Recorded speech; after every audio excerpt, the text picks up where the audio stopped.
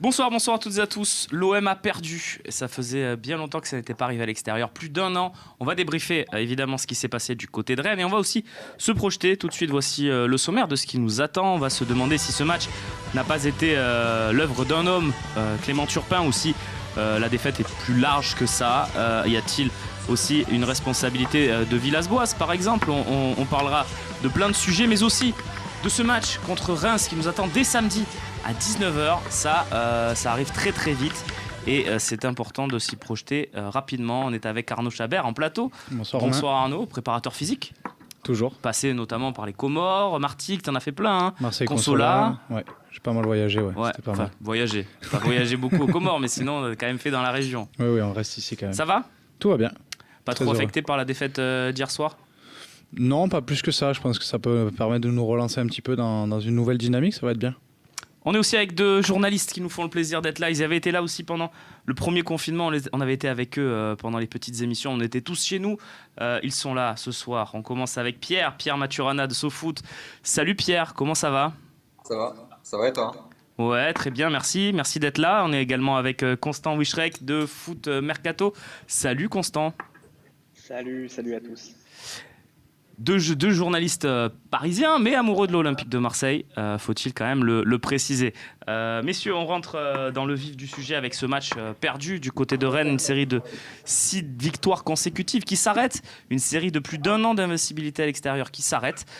Pierre, est-ce que cette défaite, c'est juste l'histoire d'une défaite dans une saison, ou est-ce que l'OM a perdu bien plus que 3 points à Rennes? Non, je pense que c'est pas une défaite très grave à mon sens.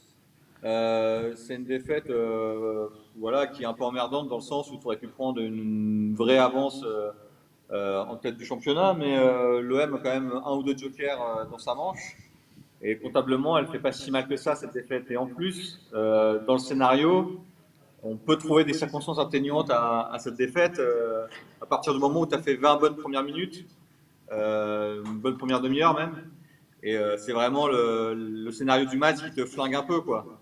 Mais en soi, je trouve que c'est pas très inquiétant. Et à l'inverse, si Marseille avait gagné à Rennes, vu l'état de Rennes, je t'aurais dit, t'emballes pas non plus, quoi. Constant, même opinion, ou tu mets quelques nuances par rapport à ce que nous dit Pierre? Non, mais je mets pas de nuance parce que dans le sens où déjà dans le jeu c'était très moyen, ça commençait à être mieux, mais c'était très moyen. Tu t'en tirais bien. Là, t'as tes circonstances, t'as la blessure d'Amavi, t'as le rouge de Gay, t'as Rennes qui n'existe pas en première mi-temps. L'argument il est tout trouvé.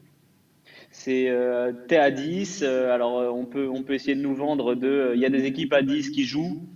Bon, c'est pas non plus dramatique, comme effectivement ça aurait rien voulu dire si tu avais gagné à Rennes, à part juste purement comptablement parlant, quoi. Oui, tu as raison sur le débat des équipes qui jouent pas. On va regarder les changements qu'a fait Villas-Boas et on va voir Arnaud qui l'a vraiment bétonné et rebétonné et surbétonné. Ça avait marché à Lyon, puisqu'on était revenu quand même avec un point. Penalty offert un peu généreusement et Lyon avait été revenu à un partout.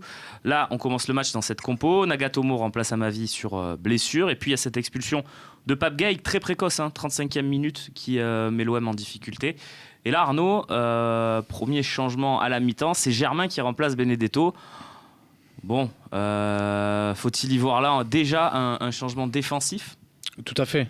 Le but hier, ça a été dit plusieurs fois même par les journalistes hier soir, c'était de verrouiller vraiment les couloirs parce que Rennes a une grande force avec Mawassa et Traoré. Et l'arrière droit aussi, l'ailier aussi, pardon. Ah, et l'ailier. Oui, le belge, voilà. Donc ces forces-là étaient très, enfin c'est vraiment un point fort rennais d'ailleurs. Et du coup, donc son objectif, c'était vraiment avec l'entrée de Germain de verrouiller encore plus le couloir, ce que ne faisait malheureusement pas trop Payet. Et oui, il y avait une vraie volonté de bétonner et d'avoir un bloc bas après par la suite. L'OM va donc encaisser un but dans cette composition d'équipe. Et puis, Villas-Boas va sortir ses deux derniers créateurs, Thauvin et Payet. Pour faire entrer Strootman, Cuisance, c'est passé dans un système ultra bétonné avec 8 joueurs défensifs et le seul Germain devant, autant dire 8 joueurs défensifs. Pierre, est-ce que ce changement-là, à la 71e minute de jeu, il est critiquable dans le sens où on peut très bien imaginer un Strootman qui rentrerait, pourquoi pas, mais un joueur type Radonjic, Luis Enrique De ou profondeur, Ake ouais. pour apporter quelque chose d'autre et pouvoir permettre à l'OM de sortir un peu plus de son bloc très très bas. Ça, c'est pareil, je trouve que on peut le dire après, mais en réalité, il y a peu d'équipes qui ont les solutions quand elles sont à 10, quoi. C'est-à-dire que tu as le PSG qui, avec sa force de frappe, peut battre à peu près n'importe quelle équipe en France avec 10 joueurs. Mais pour les autres équipes, jouer 1 heure à 10, franchement, ça te crame et ça t'expose bien souvent à la défaite. Alors, on peut regretter que Marseille n'ait pas tenté 2 ou 3 incursions de plus dans le camp rennais, mais vraiment, ça aurait été pour gagner un peu à la Pyrrhus et ça aurait été, ça aurait été un peu de chance aussi, quoi. Donc, tu peux te dire que Radonjic aurait mis un peu le feu sur 1 ou 2 incursions, mais est-ce que vraiment tu l'imaginais aller faire un exploit individuel qui t'aurait permis de remonter tout le bloc sur un coup? Moi, j'y crois pas trop non plus. Sinon, je suis pas sûr que Radonjic jouerait aussi peu. Donc, non, honnêtement, il y a un peu de malchance aussi. C'est-à-dire que tu te dis, je vais bétonner parce que tu es à 1 partout et que c'est déjà pas si mal à 10. Que voilà, derrière le but, il vient sur un coup de pied arrêté, je crois, si je dis pas de bêtises, le 2-1.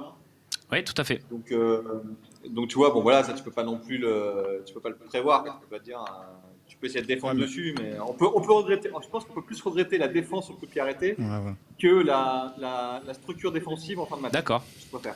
Ok. Bon, on a refait le film du match. Bon, après il y a Non, Ake mais qui va. Ouais. c'est un grand débat parce que le débat de est-ce que les équipes peuvent mieux faire à 10, Ouais. je pense que c'est faisable. Mais on peut pas le reprocher à l'OM dans le sens où personne ne le fait, quoi. C'est-à-dire qu'on va pas dire d'un coup l'OM a rien compris au fait que quand on est à 10, il faut quand même attaquer, etc. Donc ça serait trop méchant, quoi. Ouais, bien sûr. On a fait donc le fil du match. On va revoir les buts quand même de cette partie. Tout avait si bien commencé avec cette ouverture du score marseillaise sur ce 1-2 Payet-Thauvin. Payet qui va revoir en retrait l'arrivée de Pape Gueye qui lui met parfaitement le ballon.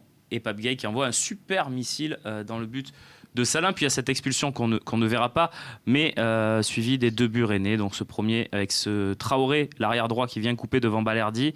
Et le deuxième but sur un coup franc avec cette remise d'Aguerd. Aguerd est très fort sur coup de pied arrêté, on l'avait dit dans l'avant-match. Il a gagné son duel aérien. Et puis Hunou qui pousse le ballon au fond. Il y a plusieurs faits de jeu. On va commencer par parler de l'expulsion de Pape Gueye. Arnaud, expulsion méritée ou pas? Parce qu'il y a beaucoup de débats en se disant oui, il a quand même fait preuve de beaucoup d'immaturité. Quand tu as un carton jaune au bout de 11 minutes déjà, la faute qu'il prend pour le carton jaune, elle est un peu évitable. Et puis, il y a ce crampon dans la bouche de Traoré. Après, effectivement, il ne le voit pas le mec, mais il défend avec les bras écartés. Qu'est-ce que tu en penses, toi? Oui, il y a un peu d'immaturité, mais je pense qu'il y aurait dû avoir un peu plus de pédagogie de la part de Clément Turpin, justement. Après, certes, il ne peut pas se dire, oui, c'est ses premiers matchs en Ligue 1, etc. Mais dans l'idée, je pense que le deuxième était évitable de la part de l'arbitre et pas forcément de la part de Pape Gueye, qui joue son duel désespérément, qui ne voit pas forcément ce qu'il y a derrière. Ounou fait la même. Clairement, c'était beaucoup plus volontaire. On voit qu'il y a une intention. Là, je trouve que chez Pape Gueye, il n'y a pas vraiment d'intention. Alors certes, il y a le crampon, mais pareil, il tombe. Voilà, il n'y a pas eu de carton pour le coup. Voilà. Mais je veux dire, voilà, c'est plus de malencontreux que d'un désir de faire mal. C'est ton avis aussi, Constant. Et puis tiens, on a une question, posez-les avec le hashtag LiveTalk sur Twitter et Facebook et le forum du Phocéen également sur Twitch pour participer tous ensemble à ce débat. Aurélien Garoem, serait-il possible, selon le règlement de la LFP, Constant, de ne plus être arbitré par Turpin? Voilà, tout simplement. Non, impossible. Je sais même pas quoi répondre. Peut-être. Après, visiblement, il est prévu pour Lens le 3 janvier. Peut-être qu'on va avoir ça aurait été possible d'avoir un peu de temps sans Clément Turpin, mais plus arbitré définitivement par Clément Turpin. Non, c'est quasi impossible. Faudrait. Je sais même pas ce qu'il faudrait parce que c'est une sorte de sifflet d'or du championnat français. Il faudrait qu'il fasse une chaperon, quoi. Ouais. Sur quelle base? Ouais, voilà, c'est ça. Sur quelle base vous voulez lui interdire d'arbitrer l'OM? Non, bien sûr. Non, mais je relaye juste une question. Sur des détails statistiques, sur des détails statistiques, mais qui valent pas grand-chose parce que ça dépend de plein de trucs. Mais concernant hier, moi j'aurais trouvé ça moins scandaleux qu'ils prennent le deuxième jaune sur le crampon. Là, bon, à la rigueur, c'est dangereux. Ok, d'accord. Mais là, expliquez-moi comment, quand on fait une tête, quand on retombe, comment on fait pour pas écarter les bras? Ouais, bien Moi, sûr. je connais Bien personne sûr. qui saute droit comme ça, hein, donc Simplement pour il le voit pas, s'équilibrer. il est Ouais. derrière lui, il est même pas au duel avec lui. Enfin, j'ai trouvé ça hallucinant. Hmm. Oui, Pierre? Moi, ce qui me dérange sur ce deuxième jaune, c'est qu'effectivement, si tu mets le jaune sur le crampon, bon, c'est aussi une maladresse, mais c'est un peu dangereux, donc j'entendrai le deuxième jaune là-dessus. Moi, ce qui me dérange, c'est l'espèce de, peut-être de compensation, d'aller mettre le jaune pour réparer une erreur sur une faute où il n'y a pas faute. Oui. Tu vois? Enfin, pour moi, il n'y a jamais jaune sur le jaune que prend Pape-Gay sur le deuxième, quoi. Il se passe rien, il le touche à peine, il l'effleure, il n'y va pas pour lui faire mal, il joue pas vraiment de ballon non plus, donc bon, je sais pas, c'est trop flou, c'est trop léger pour mettre un jaune là-dessus. Même pour s'il fait une faute, c'est léger, donc Hmm, hmm. je pense qu'il y a un truc je lui ai pas mis de carton jaune avant, je lui mets là, et encore une fois, c'est un peu de manque de pédagogie parce que Pape Gay, il rentre pas dans le match pour faire un match agressif ou je ne sais quoi, il est pas violent dans son match, quoi. Donc les cartons qu'il prend, c'est vraiment sur de l'inexpérience ou sur de la bêtise, mais on aurait pu lui dire une ou deux fois, attention, là tu vas un peu fort, calme-toi et la prochaine fois c'est jaune. Là, il prend quand même deux sanctions très vite pour pas grand-chose, quoi. Absolument, absolument. Et on va continuer avec les critiques autour de ce match et autour de l'arbitrage de Monsieur Turpin, puisque c'est le thème de la première partie. Il y a Villas-Boas en conférence de presse, Arnaud, qui a dit l'OM se fait cartonner comme jamais. Et quand on voit le match, c'est vrai que l'OM a pris beaucoup de cartons et Rennes n'en a pas pris.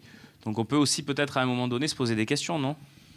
Oui, après, quelle raison on aurait de mettre plus de cartons à l'OM qu'une autre équipe? Donc c'est vrai que je trouve qu'on a été sanctionné peut-être trop rapidement sur certaines fautes. Il y a peut-être un peu moins d'indulgence, alors je sais pas Mettre pourquoi. un carton jaune à Nîmes, par exemple, pour un coup d'épaule d'Amavi à Voilà. la première minute. Moi, je vois aucun match en France où il y a un carton jaune à la première minute, quoi. Moi, je sais Surtout que pour ça. dans le milieu, je veux dire, en football, ça se fait beaucoup, des arbitres qui ont un peu des têtes de Turcs, enfin, tu vois, en ligne de mire, où avant les matchs, ils disent, bon, reste tranquille parce que sinon, je vais dégainer. Ça arrive, ça se fait souvent dans les vestiaires en off, mais là, je trouve que, enfin, on est vraiment, enfin, de temps en temps, on est pris pour cible. Pas, sans vraiment de raison valable, quoi. On n'est pas une équipe ultra agressive, on met pas beaucoup de coups, on joue assez bien au football, enfin on joue assez bien, pardon. On essaye plus ou moins de jouer au football. Sur les 3-4 derniers Voilà, matchs, on sur joue les assez bien 3-4 quand même, derniers matchs, ça va. Mais je veux dire, voilà, on n'est pas une équipe à rentrer dans les gens, quoi. Tiens, on a fait un article cet après-midi, on a commis un article, comme on dit dans le milieu, avec beaucoup de stats autour de Monsieur Turpin. Je vous en donne une comme ça. L'OM a joué 30 matchs arbitrés par Monsieur Turpin et n'a pris que 38 points. Donc c'est une moyenne famélique, contrairement par exemple à Lyon ou à Paris où il y a beaucoup plus de points pris. Constant, tiens, sur ces critiques de Villas-Boas, est-ce que tu comprends que l'entraîneur de l'OM se plaigne match après match du traitement arbitral, notamment et surtout des cartons jaunes, ou tu trouves qu'il abuse un peu l'ami Alors, AVB sur ça? il y a deux choses. La première, c'est que je comprends pourquoi l'OM a plus de cartons. C'est pas qu'ils sont plus agressifs, mais c'est qu'il y a plus de tension dans tous les matchs. C'est pas des matchs que tu regardes tranquillement parce qu'ils ne jouent pas tranquillement. Donc c'est aussi pour ça que tu prends des cartons, parce qu'il y a une tension un peu permanente sur 90 minutes. Alors ça excuse pas le jaune d'Amavi, évidemment. Maintenant, sur les critiques de Villas-Boas, c'est que c'est surtout pas à lui de le faire, en fait. Ouais. Moi, c'est ça qui me pose problème. C'est-à-dire qu'à un moment donné, Villas-Boas, il n'y a que lui au club. Où il est tout seul, il est directeur sportif, il est président, il est directeur général, il s'occupe de la com aussi. Enfin, Oui, un peu, moi, c'est un peu ça. Hein. Voilà, moi c'est ça qui me pose problème, un problème fondamental. C'est que Tiens. Villas-Boas, à force de s'occuper de tout, ben, il s'occupe plus de rien en fait. Il y a Marco qui nous dit sur le forum du Phocéen, ça serait bien que Jacques-Henri Hérault mette un peu la pression façon Jean-Michel Aulas sur le corps arbitral avant OM Lens. Qu'en pensez-vous? Ça se fait ça, Pierre? Il aurait raison de le faire, Hérault?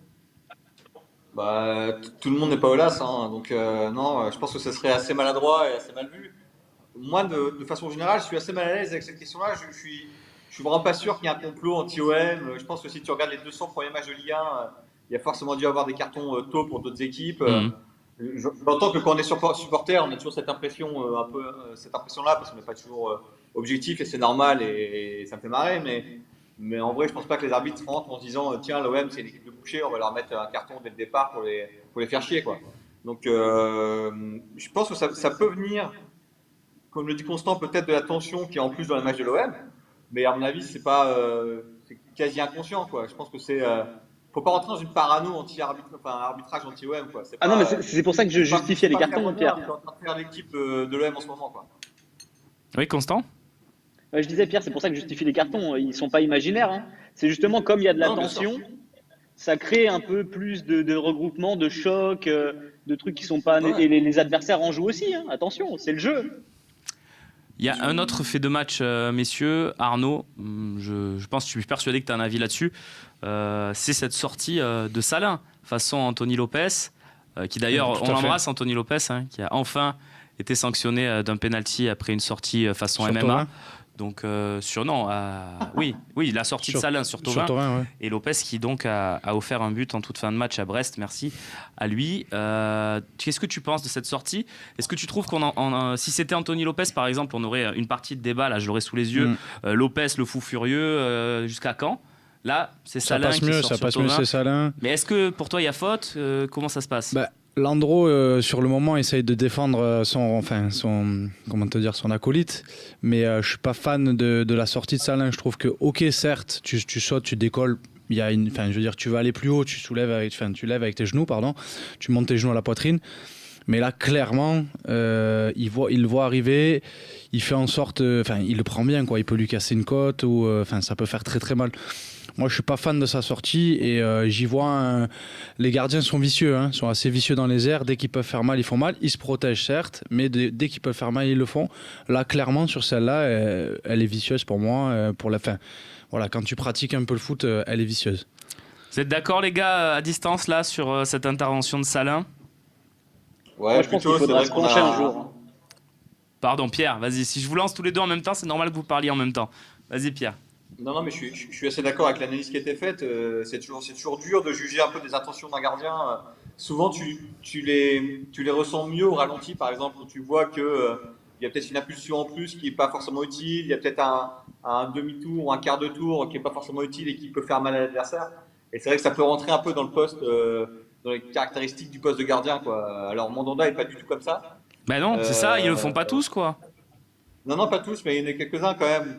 Tu te disais parfois, ils y allaient pour mettre un petit coup de cul, un petit coup de genou, un petit coup de hanche qui fait un peu mal. Voilà, bon, c'est malheureusement le jeu de pas mal de gardiens, quoi. Hier, j'ai pas beaucoup d'avis. Je pense que je vais me ranger derrière l'avis de la personne en plateau parce que c'est l'avis le plus clair que j'ai entendu là-dessus, donc je trouve ça pas mal. C'est Arnaud qui est en plateau. Et il est plutôt clair, Pardon, le j'ai oublié garçon. le prénom, pardon. C'est pas grave. Pardon.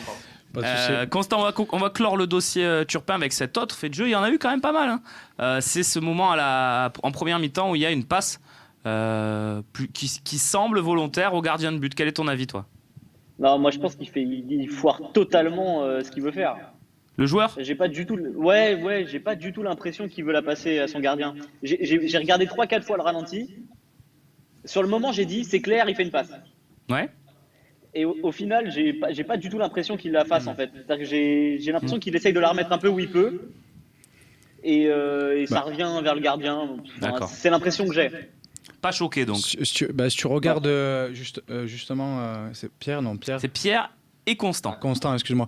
Constant, si tu regardes un peu, moi j'ai l'impression qu'il veut dégager un peu fort, tu vois, dans son armée, et qu'il la tope un peu, il la prend un peu vers le sol, ce qui fait qu'elle atterrit sur le gardien après, derrière tout ça. Moi, mécaniquement, j'ai l'impression que le mec veut dégager fort, pris dans la panique, et qu'au final, putain, il manque son geste parce que le ballon a dû faire quelque chose juste avant, et qu'après, du coup, ça atterrit sur le gardien. Donc je pense que ouais, c'est totalement involontaire, il n'y a pas d'intention du tout. Même dans son regard aussi. Je vois Pierre qui acquiesce. Moi, je suis aussi d'accord. Oui, vas-y rapidement, Pierre. Faut pas oublier qu'on est en Ligue 1 et qu'il y a quelques erreurs techniques, hein, de temps en temps. Absolument, absolument. Moi, je suis assez d'accord. J'ai pas été choqué par cette action. En revanche, la sortie de Salin, faudra m'expliquer un jour comment c'est possible qu'avec la VAR, Monsieur Turpin n'aille même pas voir, Ah oui, ça. ou qu'il ne demande pas s'il y a Ah, mais- quelque chose, quoi. Faut se pencher j'arrive- là-dessus. Sur en Gay, fait. sur Gay, il y va pas. Ouais, bien Il sûr. va pas voir la VAR sur vert. Mais Mhm. sur Gay, il peut pas. Sur Gay, il peut pas. Parce qu'il lui met un deuxième jaune. Et la VAR, elle Ouais, mais rentre ça, pas c'est dans fou. ces compétences-là. Non, mais ça n'a aucun Ouais, mais sens. c'est un peu- C'est-à-dire que pour un rouge C'est direct, un peu fou. tu peux aller voir la VAR, mais pour un deuxième jaune qui amène rouge, tu peux pas le faire. Enfin, ça rentre pas dans les compétences en tout cas. Non, mais moi je trouve ça fou. À partir du moment où tu as la VAR, où tu as cet outil, moi je suis plutôt contre, mais à partir du moment où il est là, il doit être utilisé de façon efficace et à mon avis, décider de si tu sors un joueur ou pas, ce qui change quand même le sort du match, tu dois pouvoir à un moment te dire je vais voir si je fais pas une connerie d'arbitrage. Quoi. Enfin, Bien sûr, Ouais, il y a je un suis problème. d'accord. logique, quoi. Il y a un problème aussi Mais de. je suis d'accord avec toi, Romain. Oui. Sur les sorties de gardiens, un jour, il faudra se pencher là-dessus. Bah Parce oui. que celle de Lopez contre Alvaro, c'est pareil. Bien sûr. On en a parlé Mais ensemble. si- On en a parlé ensemble au À Stade des Lyon. Lumières d'ailleurs. Voilà. Si tu dit pas Stade des regardes jamais en fait la VAR quand il y a un choc qui est important. Mhm. Si c'est un milieu de terrain qui fait le coup de genou d'Antovin, il y a faute ou pas? Bah bien Un sûr. carton rouge. Ouais. Voilà. Non, mais je suis d'accord. Et moi, on m'avait dit quand j'étais plus jeune et tout, que c'était dans les 6 mètres que le gardien pouvait se protéger et que vraiment là, Ouais, il ne devait genre, pas y avoir de contact. Moi, s'il fait ça dans ces 6 mètres sur un corner, je me dis, bon, il sort, il n'y a pas de Ouais, souci. mais là, tu vois. il fait Là, 2-3 il mètres sort de. vraiment. Ouais, bien sûr. Il y a un allant qui il est. sort en bouchée, quoi. Ouais. Petite indiscrétion, c'est Freud qui nous demande ça. Où se trouve Pierre? En bas de l'immeuble? Alors non, je suis dans un bureau, dans une cour, et comme on a une grande baie vitrée, ça donne sur l'immeuble qui est derrière. Voilà. Voilà, Et c'est ton plan, ton cadre fait fureur. Il est magnifique. Avec cette petite Ah, lumière. ça, c'est les lumières On de aime Paris. bien. Hein. Ah ouais, bien sûr. Avec les petites lumières violettes et bleues derrière toi, là, c'est magnifique. On salue ton initiative au niveau du plan. Ça a été difficile à trouver d'ailleurs. Il fallait trouver le bon endroit, ça a mis du temps. Messieurs, on va conclure avec le classement pour ce débrief de match. L'Olympique de Marseille reste. Est-ce que j'ai raison de dire ça, Constant? L'OM reste leader virtuel? Bah oui. Bon, a priori, vu à Lens, faudra se méfier, mais Nice, bon. Oui, bah techniquement, l'OM est leader virtuel. Et justement, par rapport à ça, Romain, il y a une stat qui était pas une stat, mais des dires qui disait que justement, avec les matchs en retard, on se voit toujours plus beau que ce qu'on est. C'est-à-dire que là, on voit déjà éventuellement 6 points de plus, mais on les a vraiment pas. Bien Donc, sûr. c'est assez trompeur ces matchs en retard parce qu'on s'imagine toujours, ah oui, ben, en gagnant, on est là. Et ben, très généralement, on a du mal à passer le pas. Bien sûr, on rappelle, donc on a 5 points de Lille, leader du championnat de France, avec quand même 2 matchs en retard, ce qui permettrait, allez, si on est un peu moins optimiste, si on prend 4 points, on revient à 1 point, quoi. Moi, je pense quand même Et de Lille faire... reçoit Paris ce week-end. En plus. Donc, on va suivre ça attentivement, ce championnat de Ligue 1. La course au podium est pour les beaucoup plus optimistes. Pourquoi pas la course au titre, qui sait. Messieurs, on va parler de ce qui s'est passé quand même après le match, parce que Villas-Boas est de plus en plus chaud.